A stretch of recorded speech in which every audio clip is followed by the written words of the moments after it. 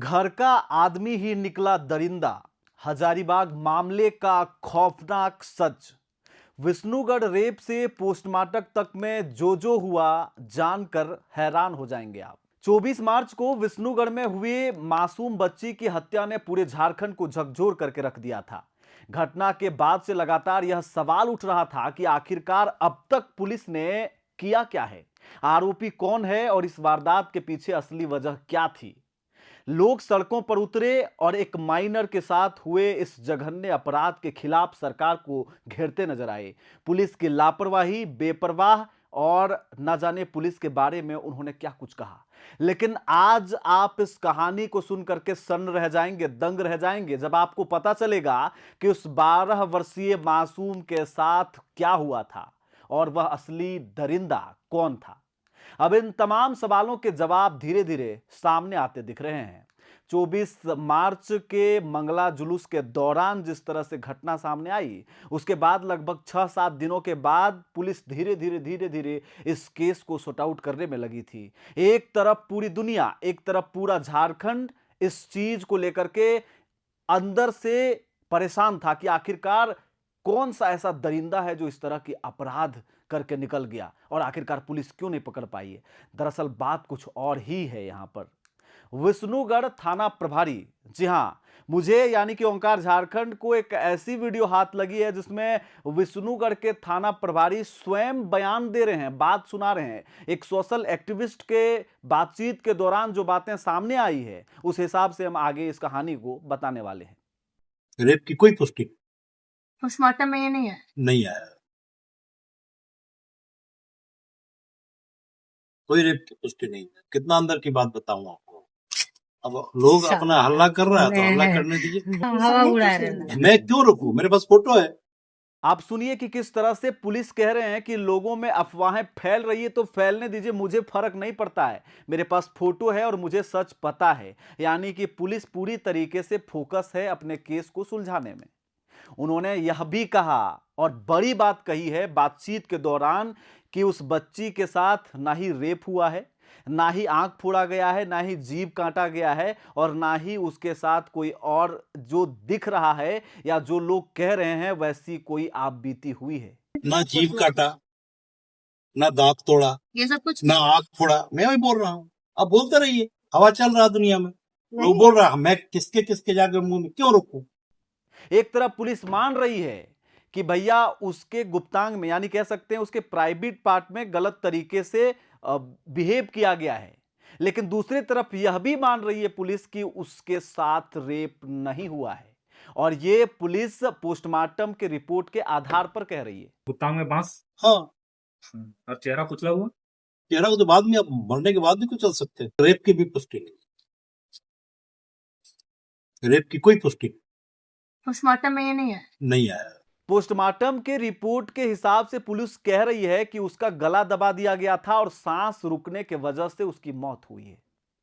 कहानी बाहर में क्या सुनाया जा रहा है, मोमबत्ती लेकर के, पोस्टर लेकर के जो लोग निकल रहे हैं वो ऊपर में रेपिस्ट लिख रहे हैं। दरअसल इस कहानी में रेपिस्ट कोई है नहीं, है तो एक दरिंदा। बच्ची का मृत्यु श्वास अवरोध से हुआ है। उसका गला और मुंह चीपने से बच्ची का मृत्यु हुआ।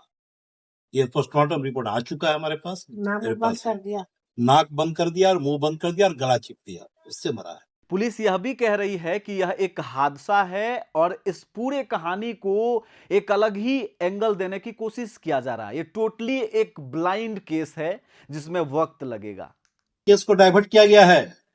जो ओरिजिनल केस है, जो ओरिजिनल घटना घटी है, उस घटना को एक दूसरा एंगल देने के लिए ये सारा चीज अभी तक जो मेरे पास ये आ रहा है, ये सारा चीज जो है एक अलग एंगल में लोगों को सोचने के लिए कि लोग सोचे अलग एंगल। हाँ। इस चलते सब चीजों को मिक्स किया है लोग। अब इस पुलिस के बातचीत से कई तरह के सवाल सामने आ रहे हैं। 24 मार्च को घटना होती है लेकिन पुलिस अब तक क्या कर रही है, इसलिए लोग कह रहे हैं कि चूड़ी पहन के बैठी हुई है क्या, और अगर सब जानती है पुलिस तो खुलकर बता क्यों नहीं रही है, यह भी एक सवाल है। अब जाहिर सी बात है कि क्या पुलिस भी राजनीति कर रही है, जिस तरह से झारखंड के विपक्षी दल बीजेपी, आजसू, जेएलकेएम और कई सामाजिक संगठन आगे आकर के इसका विरोध कर रहे हैं, उसको रोक नहीं रही है पुलिस। आखिर पुलिस कह देती आकर के कि पोस्टमार्टम का रिपोर्ट सामने आ गया है, बच्ची के साथ रेप नहीं हुआ है, लेकिन पुलिस ये क्यों नहीं कह रही है, अभी एक सवाल है। अब बातचीत के दौरान अंत में पुलिस ऐसा कुछ कहती है, उनके जबान से कुछ ऐसा निकलता है कि कहानी मिस्ट्री बन जाती है और धीरे धीरे यह समझ में आने लगता है कि हुआ क्या था। पुलिस कहते कहते एक सोशल एक्टिविस्ट अमीषा प्रसाद को बताती है कि यहां तक उसकी मां भी, और वो रुक जाती हैं, उसकी मां भी ... पुलिस रुक जाती है। जीभ कट गया, दांत, तो उसकी मां भी बोल, यानी कि उसकी मां भी झूठ बोल रही है और पुलिस का इशारा सीधे उसके मां पर है। उनका इंडिकेशन है कि इस पूरी कहानी में मां का अहम भागीदारी हो सकता है, भूमिका हो सकता है, और उसके मां को बोलने से भला कौन रोकेगा।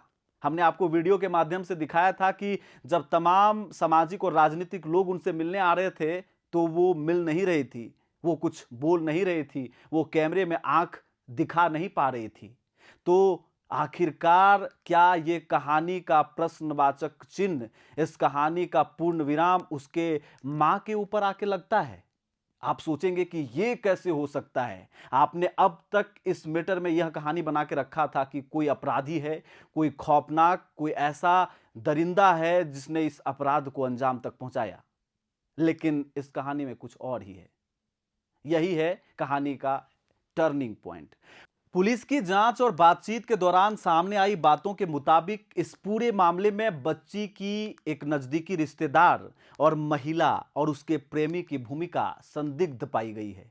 बताया जा रहा है कि दोनों के बीच लंबे समय से अवैध संबंध थे और घटना वाले दिन बच्ची ने दोनों के आपत्तिजनक हालात को देख लिया था, और यही वह सच था और यही वह वजह है जिसे छुपाने के लिए दोनों पर बच्ची को रास्ते से हटाने का आरोप लगा है। पुलिस सूत्रों के अनुसार बच्ची अपने मां या घर वालों को यह बात बता सकती थी, जिससे समाज में बदनामी और घर टूटने का डर दोनों को सताने लगा था।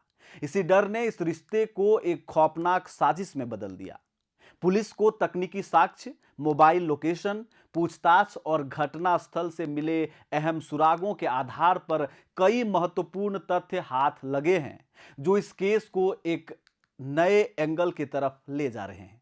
अब तक जिस घटना को लेकर अलग अलग तरह की चर्चाएं हो रही थी, उसमें परिवार और अवैध संबंध का एंगल सबसे मजबूत बनकर उभर रहा है, और इसको मजबूत करता है एक और फैक्ट कि उसके घर में रहता कौन कौन था। आपने ओंकार झारखंड की रिपोर्ट में भी देखा होगा, जो ग्राउंड रिपोर्ट में उनके घर की हालत दिखाई गई थी। उस बच्ची के पिता मुंबई में रहकर काम करते हैं, जो बाहर में रहते हैं। उसकी एक बड़ी बहन है जो ससुराल में रहती है। उसकी एक और बहन है जो उसके साथ में उसके घर में रहती है, लेकिन वो स्कूल गई थी, और उसका एक बेटा भी है जो काम करता है। यानी कि कुल मिलाकर उस घर में 2 या 3 लोग ही रहते थे, जिसमें वो नन्ही बच्ची शामिल थी। अब सूत्रों की माने तो पुलिस बहुत जल्द पूरे मामले का आधिकारिक खुलासा कर सकती है। अब सबसे बड़ा सवाल यही है, क्या इस साजिश में सिर्फ यही 2 लोग शामिल थे या फिर इस खौफनाक सच के पीछे और भी चेहरे सामने आएंगे? मेरे द्वारा कही गई बातें अनुसंधान और पुलिस के बातों के आधार पर काल्पनिक प्रतिबिंब की तरह है। अब पुलिस के अंतिम मुहूर्त तक इसे आप अपने हिसाब से समझने का कोशिश करिए, और आपको क्या लगता है आप कमेंट करके बताइए। जोहार।